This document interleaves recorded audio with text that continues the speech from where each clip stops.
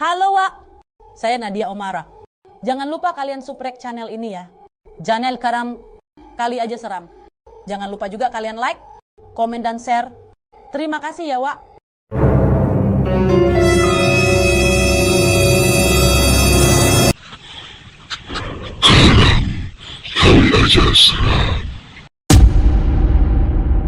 Halo, teman-teman. Aku Mr. Randi, dan malam ini aku mau cerita tentang kejadian yang bikin aku kapok pulang malam sendirian. Biasanya, kampungku selalu ramai. Anak-anak muda nongkrong, warung buka sampai tengah malam, dan orang-orang gak takut keluar rumah. Tapi semua berubah setelah Yudarima meninggal. Orang-orang percaya arwahnya masih berkeliaran, menawarkan nasi. Awalnya aku pikir itu cuma rumor, sampai aku sendiri mengalami sesuatu yang tidak bisa dijelaskan. Dengarkan baik-baik, dan jangan pernah membuka pintu kalau ada ketukan di malam hari. Simak sampai habis ya, jangan lupa subrek, like, dan komen. Ubur-ubur ikan asin, ayo kita lanjutin.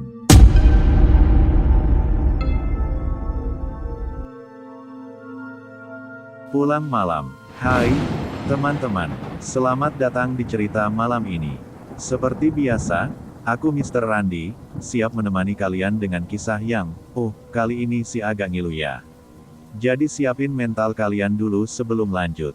Baiklah, kita mulai. Di sebuah perkampungan yang damai ya, setidaknya sebelum kejadian ini terjadi hidup seorang wanita bernama Yudarima. Orang-orang biasa manggil dia Yudarima aja. Dia ini janda parubaya, umurnya sekitar 55 tahun. Suaminya udah lama meninggal, dan dia gak punya anak. Jadi, bisa dibilang, hidupnya benar-benar mandiri. Setiap pagi dan sore, Yudarima keliling kampung jualan nasi. Naik sepeda tua, manggil-manggil pelanggan dengan suara khasnya yang, cukup melengking, tapi justru itu yang bikin orang-orang kenal sama dia. Nah, sampai di sini, kalian pasti mikir, wah, ini cerita inspiratif ya, Randi. Awalnya sih iya, sampai kejadian sore itu terjadi. Hari itu, seperti biasa, Yudarima lagi gowes keliling kampung. Angin sepoi-sepoi, suara anak-anak main di gang, dan di kejauhan terdengar suara nasi. Nasi hangat, khas dari Yudarima. Tapi tiba-tiba, BRUAAKKK, sebuah truk besar muncul entah dari mana dan langsung menghantam tubuhnya dari belakang. Seketika itu juga, tubuhnya jatuh ke jalan. Sepedanya terpental, dan sebelum ada waktu buat siapapun bereaksi, ban truk menggilas tubuhnya. Duh, aku aja merinding ngebayanginnya. Kepalanya hancur, tulang-tulang di badannya remuk. Saksi mata cuma bisa diam dalam shock. Semua terjadi begitu cepat. Seorang ibu yang tadi baru aja jualan dengan ceria, sekarang tergeletak di jalan, tanpa nyawa. Kampung yang tadinya ramai mendadak sunyi. Cuma ada suara mesin truk yang buru-buru ngerem dan orang-orang mulai berkerumun. Beberapa warga berusaha nolong, tapi, yah, kalian tahu kan? Udah telat. Jadi, apa yang sebenarnya terjadi? Apakah ini murni kecelakaan? Atau, ada sesuatu di baliknya? Banyak yang bilang, Yudarima sering cerita kalau dia merasa ada yang ngikutin pas dia jualan malam-malam. Kadang dia dengar suara aneh di belakangnya, tapi pas nengok kosong. Atau bisa jadi, truk itu dikendarai oleh sesuatu yang bukan manusia. Entahlah. Yang jelas, setelah kejadian itu, banyak orang yang melaporkan hal aneh di sekitar tempat Yudarima meninggal. Ada yang bilang suka dengar suara perempuan manggil, nasi. Nasi hangat, di tengah malam. Padahal, gak ada siapa-siapa. Jadi, teman-teman, kalau kalian lagi jalan malam-malam dan tiba-tiba ada suara wanita jualan nasi, jangan nengok ke belakang. Siapa tahu, itu bukan manusia. Kalian tahu gak, kampung yang biasanya ramai sampai tengah malam, tiba-tiba berubah jadi sepi. Anak-anak muda yang biasa nongkrong hilang. Warung-warung yang biasanya buka sampai larut, tutup setelah maghrib. Kenapa? Karena ada isu menyeramkan yang beredar di antara warga. Mereka bilang, Yudarima gentayangan. Yes, ibu penjual nasi yang tragis meninggal tertabrak truk itu, belum benar-benar pergi. Mau nasi, Dik. Cerita ini pertama kali terdengar dari seorang pemilik warung di sebelah rumahku.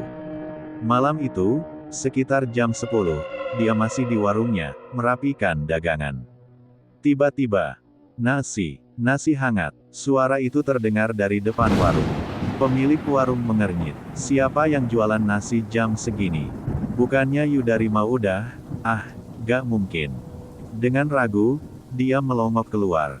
Dan di sanalah dia melihat, seorang wanita bertubuh tambun berdiri di bawah lampu jalan yang redup. Dia bawa keranjang penuh nasi bungkus.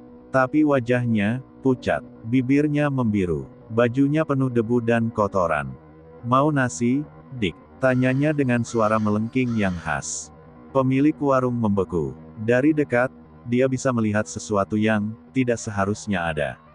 Leher wanita itu miring ke samping, seolah patah, dan ada bekas ban hitam di bajunya. Dengan tangan gemetar, pemilik warung menolak, tidak, Bu, saya sudah makan. Yudarima diam, senyumnya semakin lebar, terlalu lebar. Dan kemudian, dia lenyap begitu saja. Teror yang menyebar. Setelah kejadian itu, bukan cuma pemilik warung yang mengalami hal aneh. Beberapa warga yang masih beraktivitas di luar rumah selepas maghrib mengaku ditawari nasi oleh seseorang yang wajahnya rusak dan berleher miring.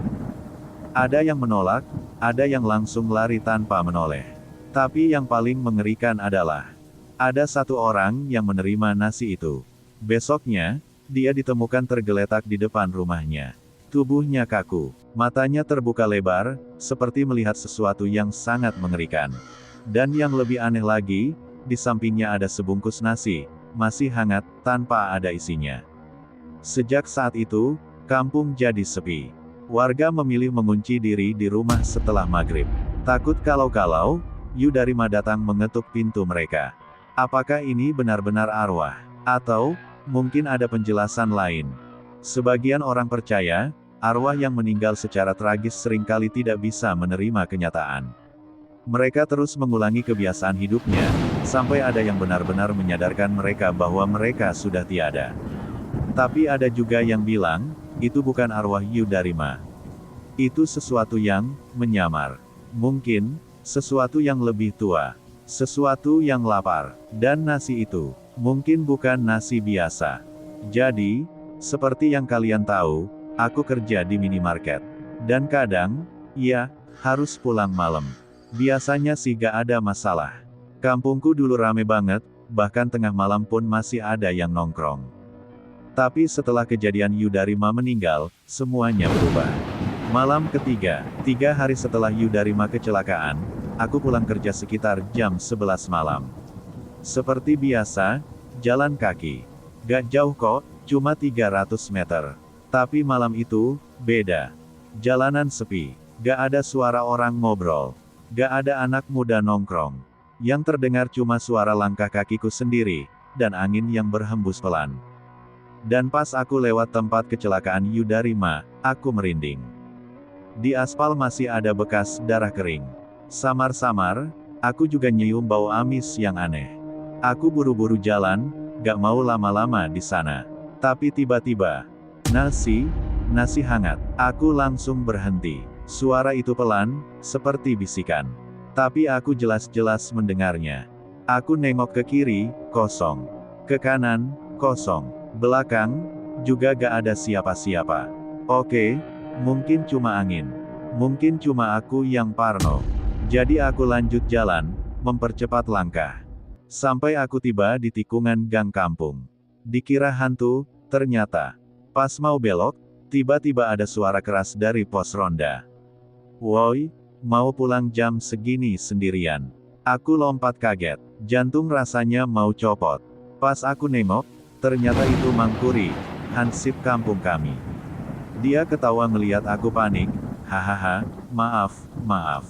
Gak ngangka ada yang masih di luar jam segini. Aku cuma bisa tarik napas panjang, aduh, Mang. Jangan ngagetin dong, udah jalanan sepi, hawa-hawa gak enak, Mang malah teriak. Mangkuri masih ketawa, hahaha, sorry. Tapi hati-hati ya, ada yang bilang. Dia mendekat dan berbisik, Yudarima masih suka keliling jualan. Aku langsung ngelirik ke jalanan di belakangku. Kosong, tapi tetap aja merinding. Akhirnya aku buru-buru pamit, jalan cepat-cepat, dan sampai rumah dengan lega luar biasa. Tapi, apakah itu benar-benar Mang Kuri? Besok paginya, aku cerita ke ibu soal kejadian tadi malam. Ibu diem sebentar, lalu bilang, Mang Kuri sakit demam sejak 2 hari lalu. Dia gak ronda tadi malam. Aku bengong. Kalau Mang Kuri sakit, lalu siapa yang manggil aku di pos ronda semalam? Jadi, teman-teman, kalau kalian pulang malam dan ada yang tiba-tiba nyapa kalian di jalan, pastikan dulu, itu benar-benar orang. Setelah kejadian tragis Yudarima, kampung jadi mencekam. Biasanya ramai sampai tengah malam, tapi sekarang, begitu maghrib lewat, semua orang masuk rumah, nutup pintu, dan gak ada yang berani keluar. Termasuk keluargaku. Pas aku pulang kerja tadi malam, semua orang di rumah udah tidur di ruang tengah. Kayaknya mereka takut karena isu yang beredar. Tapi aku, badan udah lengket banget, gak enak rasanya kalau gak mandi dulu. Jadi, aku langsung masak air di dapur. Rumah kosong di belakang. Sambil nunggu air panas, aku duduk di meja makan, nyalain rokok, terus mulai mikir. Serem juga ya kalau Yudarima beneran gentayangan. Tapi pas aku buang abu rokok ke asbak, aku baru sadar sesuatu. Rumah Yudarima itu tepat di belakang rumahku. Jaraknya, gak lebih dari 5 meter. Dan kalau aku buka pintu belakang rumahku, aku bakal langsung lihat pintu depan rumahnya.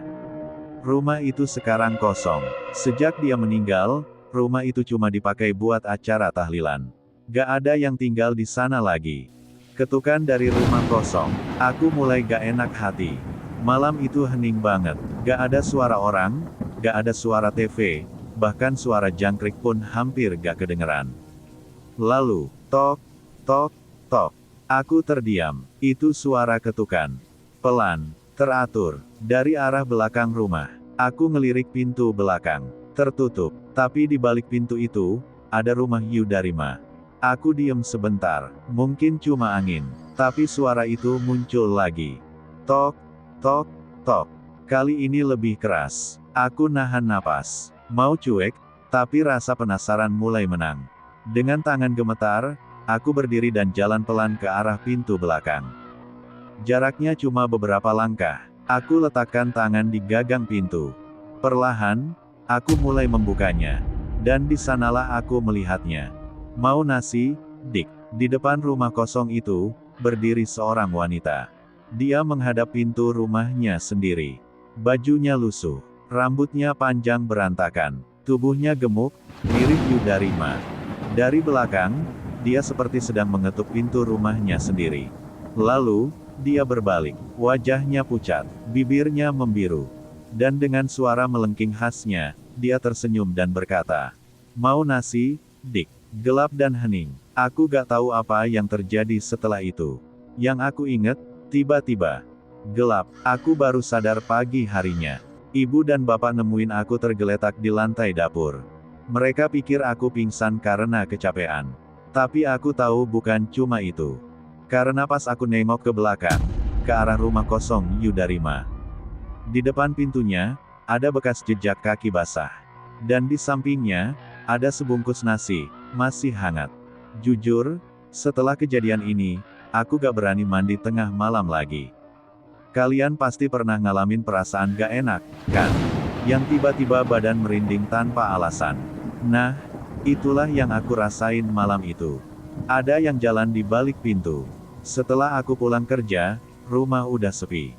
Semua orang tidur di ruang tengah, mungkin karena takut sama isu tentang Yudarima yang gentayangan. Aku sih awalnya cuek aja. Tapi karena badan lengket banget, aku langsung ke dapur buat masak air panas buat mandi. Pas aku matiin kompor, aku dengar sesuatu. Tep, tep, tep. Langkah kaki, pelan, berjalan, di belakang pintu dapur. Aku membeku.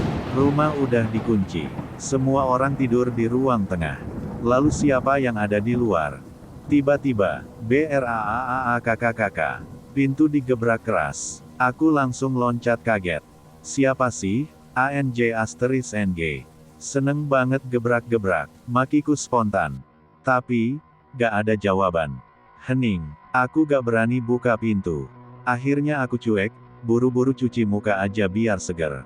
Abis itu, aku langsung ke kamar mandi. Dan disinilah kejadian paling horor dalam hidupku terjadi. Dia ada di atas bak mandi. Aku masuk kamar mandi, nyalain lampu. Biasa aja. Tapi pas aku angkat kepala dan nengok ke bak mandi, ada seseorang di sana, sosok gendut, pakai daster lusuh, jongkok di atas bak mandi. Kepalanya miring, rambutnya acak-acakan, wajahnya hitam pekat. Dan yang paling bikin aku mual, bau amisnya, matanya melotot besar. Lalu, dia menjulurkan lidahnya panjang-panjang, kayak lagi ngeledek. Dan aku kenal sosok itu. Itu, Yudarima. Aku lari sekuat tenaga. Aku gak bisa teriak, tenggorokanku kayak tercekat. Aku cuma bisa mundur pelan-pelan. Sampai akhirnya, AAARRRGG hahaha. Aku lari sekenceng-kencengnya keluar kamar mandi. Aku langsung lari ke ruang tengah, bangunin semua orang. Bapak, Bapak, ada di kamar mandi. Dia ada di kamar mandi. Bapakku langsung bangun, buru-buru baca doa sambil ngusap mukaku. Aku lemas seketika. Setelah itu, gak ada yang berani masuk ke kamar mandi sampai subuh. Keesokan harinya, besok paginya, bapakku periksa kamar mandi. Gak ada siapa-siapa. Tapi, di pinggir bak mandi, ada bekas tangan basah. Dan lebih anehnya lagi, di atas lantai, ada sebungkus nasi. Masih hangat. Setelah aku melihat sosok itu di kamar mandi, aku pikir semuanya bakal kembali normal setelah pagi datang. Tapi ternyata, tidak. Bau amis yang tidak hilang. Pagi harinya, setelah aku mulai tenang, kami semua berkumpul di dapur. Bapakku berusaha meyakinkan kalau semalam itu cuma halusinasi. Aku mencoba percaya, sampai aku menyadari satu hal. Bau amisnya masih ada. Bukan cuma aku yang nyium. Ibu dan adikku juga menciumnya. Aromanya persis seperti yang aku cium di tempat kecelakaan Yudarima. Kami coba bersikap biasa aja, tapi jujur, aku gak berani lagi ke kamar mandi sendirian. Aku juga akhirnya minta izin di tempat kerja buat ambil shift pagi aja untuk sementara waktu. Dan soal kamar mandi, aku bahkan mandi di rumah teman selama beberapa hari. Jangan ceritakan ini ke siapapun. Bapak akhirnya bicara sama aku. Jangan cerita ke orang-orang. Jangan sampai ini jadi fitnah buat Yudarima, katanya. Aku ngerti maksudnya. Bisa aja ini bukan benar-benar arwah Yudarima. Mungkin, ini ulah jin jahat. Mereka bisa menyerupai siapa aja. Dan mereka suka menebar ketakutan, memanfaatkan tragedi biar orang makin takut. Aku setuju sama Bapak, tapi tetap saja, aku gak bisa menghilangkan rasa takut ini. Pesan terakhir, sejak malam itu, aku gak pernah lagi melihat sosok itu. Tapi baunya, kadang masih tercium. Dan satu hal yang masih aku yakini sampai sekarang. Aku harap Yudarima tenang di alam sana. Karena kalau memang dia masih gentayangan, aku cuma mau bilang, maaf, aku gak beli nasinya.